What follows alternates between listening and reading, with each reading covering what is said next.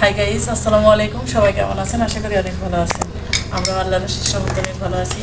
কয়েকদিন যাবৎ শরীর তেমন ভালো নেই, যার কারণে রেগুলার ভিডিও করতে পারতেছি না। আর আজকে হঠাৎ করে ফারিনে বাবা বলতেছে যে পোলাও খাইতে মন চাইতেছে।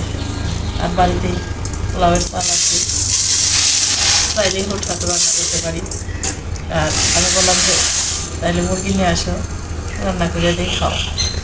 আর এই বোতলের চালগুলো শেষ হয়েছে।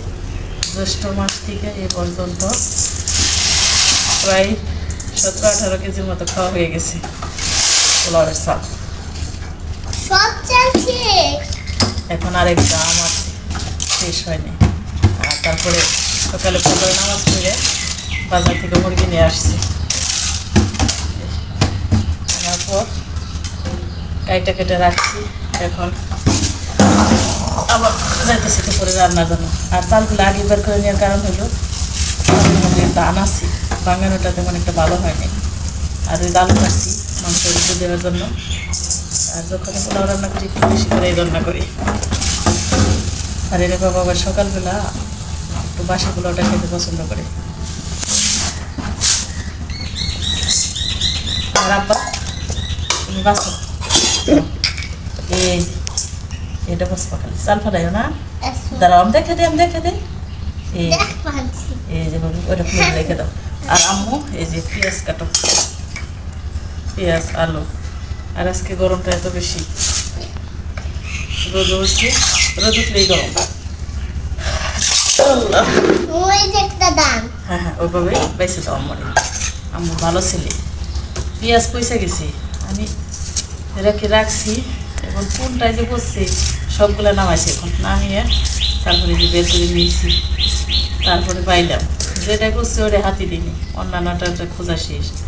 ওই ভাবলাম যে এইটার মধ্যে হতে পারে, তখন ঠিক হইল।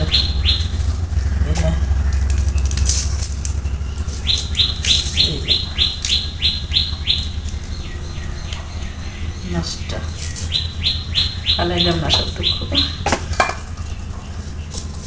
আসলে আমার কাছে কোনো জিনিস ফালিয়ে দেওয়াটা অনেক বেশি কষ্ট লাগে। অপচয় করাটা, অপচয় করতে পারি না। আবার অনেকে কিপটাও বলতে পারেন, আসলে তা না। অপচয় জিনিসটা সবার দ্বারা হয় না। অনেকে আছে যে ও বাবা মা পারি তো, সুন্দর করে আম্মুরে কাজ করে দাও। আম্মুর ভালো ছেলে এটা, যে সহজেই কোনো কিছু একটু নষ্ট থাকলে দুইটা ঢিল মেরে ফেলে যায়। আমি কিন্তু কম বড়, তার মানে ছোট। আমার আব্বা করো, এই যে এই হাত দিয়ে যেভাবে করো বের করো, যে ভিতরে আরো আছে। এখন তো কান্না আইতেছে, রস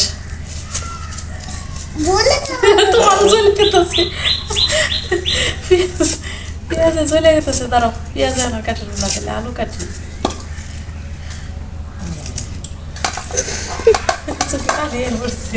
আমারও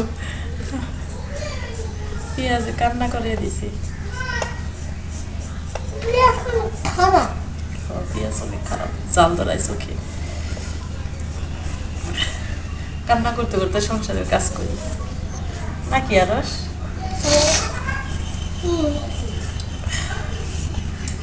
এটা কি ভালো